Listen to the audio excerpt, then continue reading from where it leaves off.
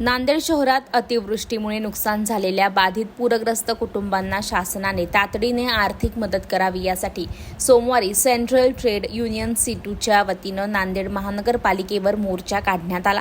यावेळी आंदोलनकर्त्यांनी जोरदार घोषणाबाजी करत निदर्शने केली आहेत। पूरग्रस्त कुटुंबांना सानुग्रह अनुदान म्हणून 20,000 रुपये द्यावेत, 50 किलो अन्नधान्याची किट द्यावी, शिक्षण घेणाऱ्या विद्यार्थ्यांना बाल छात्र संगम मदत निधींची तरतूद करून 10,000 रुपये नैसर्गिक आपत्ती मदत द्यावी यासह अन्य मागण्यांसाठी हे आंदोलन करण्यात आलं।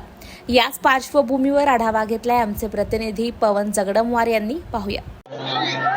नांदेड जिल्ह्यामध्ये 31 ऑगस्ट ते 3 सप्टेंबर पर्यंत झालेल्या अतिवृष्टीमुळे शहरातील अनेक नागरिकांच्या घरामध्ये पुराचे पाणी शिरले होते, त्यामुळे त्यांचं मोठ्या प्रमाणात नुकसान झालेलं आहे आणि या पूरग्रस्त नागरिकांना जे आहे शहरातील नागरिकांना आर्थिक मदत करावी या मागणीसाठी सेंट्रल ट्रेड युनियनच्या वतीने आज नांदेड महानगरपालिकेवर मोर्चा काढण्यात आला आहे। माझ्यासोबत सेंट्रल ट्रेड युनियनच्या अध्यक्षा उज्ज्वला पडलवार आहेत। काय सांगाल मॅडम, काय मागणी आहे आज महानगरपालिकेवर मोर्चा काढण्यात आला आहे? या ठिकाणी नांदेड जिल्ह्यामध्ये जे महाराष्ट्रासह नांदेड जिल्ह्यामध्ये प्रचंड पाऊस झालेला आहे, त्या पावसामध्ये नांदेड जिल्ह्यातल्या सगळ्या ज्या वेगवेगळ्या गोरगरीब वस्त्या आहेत त्यामध्ये यांच्या घरामध्ये पाणी शिरून घरांचं प्रचंड नुकसान झालेलं आहे। या नुकसानीमध्ये यांचे जे काही सामुग्री किट होते, जे धान्य असतील, वेगवेगळे शिक्षणाचं साहित्य असेल किंवा वेगवेगळे इलेक्ट्रॉनिक वस्तू असतील, याचं प्रचंड नुकसान झालेलं आहे।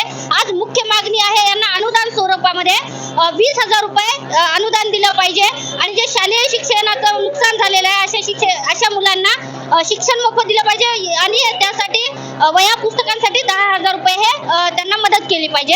आपल्याला माहित आहे गेल्या वर्षी असं खूप प्रचंड पाऊस पडला होता, त्या पावसामध्ये गोरगरीब झोपडपट्टी वस्तीतलं प्रचंड नुकसान झालं होतं। 10,000 रुपयाचं अनुदान दिलं आहे, परंतु त्यातून काही बोगस लोकांना सुद्धा ते पैसे मिळालेले आहेत आणि जो पूरग्रस्त आहे तो बाजूला राहिलेला आहे। या वर्षी तसं झालं नाही पाहिजे, गेल्या वर्षीचं सामुग्री वाटप झालं पाहिजे, हे आमची मुख्य मागणी आहे।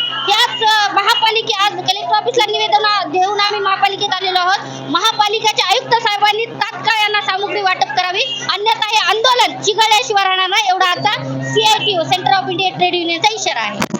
ज्या नागरिकांचं नुकसान झालेलं आहे त्यांना 20,000 रुपये सानुग्रह अनुदान देण्यात यावं आणि त्यांचे जे पाल्य आहेत ते शिक्षण घेणारे विद्यार्थी आहेत त्यांना जे आहे शालेय साहित्य घेण्यासाठी 10,000 रुपयाची मदत देण्यात यावं यासह अन्य मागण्यासाठी सेंट्रल ट्रेड युनियनच्या वतीनं या ठिकाणी ठिय्या आंदोलन सुरू आहे। तुम्ही या ठिकाणी पाहू शकता मोठ्या प्रमाणात शहरातील जे महिला आहेत, महिला भगिनी आहेत, ते मोठ्या प्रमाणात महानगरपालिकेमध्ये ठिय्या आंदोलन करत असल्याचं चित्र आपल्याला पाहायला मिळत आहे। कॅमेरामॅन धीरज सोबत मी पवन जगडमवार, देशोन्नती, नांदेड।